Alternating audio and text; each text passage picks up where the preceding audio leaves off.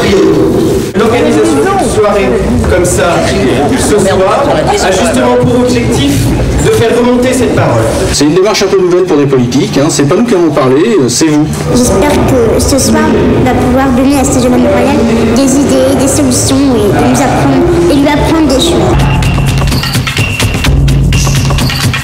J'aurais jamais pensé qu'un 9 janvier, on serait aussi nombreux. Lorsque l'enfant aura l'habitude de côtoyer tout type, des enfants qui vont moins vite, qui vont moins bien que lui, se fera beaucoup plus perméable à cette forme de vulnérabilité lorsqu'il deviendra adulte. Moi je suis d'origine maghrébine, d'origine africaine. Pour l'éducation, moi je suis étudiant à Sciences Po Paris. J'ai intégré Sciences Po par le biais des conventions d'éducation prioritaire qui ont été signées avec le lycée Guillemot Pasteur à Colombes. Et là, le fait d'avoir signé cette convention avec Sciences Po, ça a redonné d'espoir aux gens, ça a redonné d'espoir aux étudiants et puis ça... Karim, donc je suis un jeune, comme il y en a pas mal ici. Et j'ai une question déjà pour tous les jeunes. Pour tous les jeunes, et je le dis bien pour tous les jeunes, pour avoir déjà un logement, il faut déjà avoir un emploi stable. Et la difficulté d'un jeune, c'est d'en trouver un. C'est vraiment la difficulté, on n'en parle pas beaucoup. Sinon, il va y avoir de plus en plus de gens dans la rue. Et quand on est dans la rue, on ne peut plus travailler. C'est quand même plus important d'avoir une terre saine dans laquelle on respire bien, plutôt qu'une terre avec plein de richesses, mais qui, dans 50 ans, crève. L'eau n'a pas de prix. L'eau n'est pas une marchandise. L'eau, c'est la vie, et est-ce qu'on vend la vie? Moi, je suis magistrat, mais j'ai conscience que je prononce une peine qui jusqu'à présent, qui a fait preuve de son inutilité, et je la reprononce. Il y a une violence qui est quand même générée par la situation sociale. Je vais à La Rochelle, je vais partout. Oui. Je te suis partout, quoi.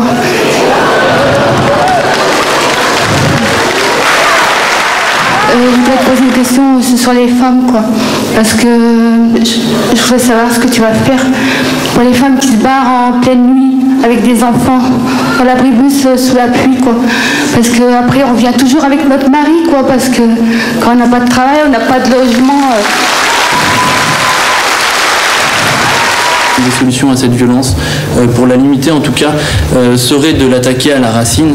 Et cette racine, on la trouve dans l'éducation. Et plus on commence tôt à éduquer, plus on met les moyens dans l'éducation, plus on arrivera, je pense, à se sortir de cette gangrène. On peut demander à un gouvernement, et si possible de gauche, effectivement, que le travail soit reconnu à sa juste valeur. Si l'État n'arrivait pas en disant voilà, moi j'ai la vérité, je veux faire une réforme, et qu'après on ne se retrouve pas avec des milliers de gens dans la rue, peut-être qu'il faudrait passer par une vraie concertation entre salariés et représentants syndicaux, parce qu'il faut que ces gens-là discutent, parce que c'est ça, pourquoi on n'arrive pas à faire une réforme. On veut faire une réforme, on la tente, mais on la tente sans consulter les gens. Et donc on ne sait pas comment la faire, et à la fin on se retrouve avec des gens dans la rue. Faire un effort sur la dépense publique, c'est appréhender, déjà avoir une réponse à la vie chère. Il faut absolument que les bancs de l'Assemblée nationale, les bancs du Sénat, les bancs du Conseil de Paris, les bancs de toutes les collectivités se parsèment de fauteuils roulants, de sonotones, de cannes blanches, de chiens guides. Il faut qu'il y ait des élus handicapés dans toutes les assemblées.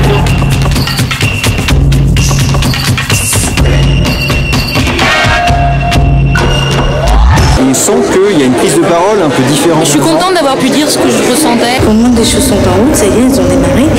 Et ce qui est intéressant, c'est que ça fuse de tous les côtés, mais aussi en parle concret. Je ne m'attendais pas du tout à des choses comme ça. Je m'attendais à quelque chose de beaucoup plus formel, beaucoup plus traditionnel. La parole tourne sur au début ça va pas, ça marche pas si mal, et qu'est-ce qu'on peut faire? Et puis il y a des idées qui sortent. On se retrouve un peu dans les traditions révolutionnaires avec les cahiers de doléances, mais cette fois c'est oral.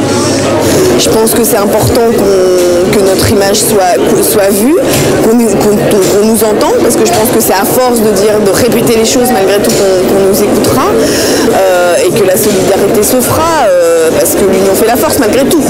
J'ai dit des idées qui ont été retenues et je trouve ça vraiment une très très bonne chose que ce soit les politiques qui écoutent plutôt que ce soit les politiques qui imposent. Il n'y a pas seulement mettre le bulletin de vote sur quoi qu'on peut prendre un débat, on peut faire remonter quelque chose, il faut en profiter, c'est la démocratie. Et c'est clair, ça n'a pas de prix. Continuez on n'a pas fait seulement le constat des choses. Hein.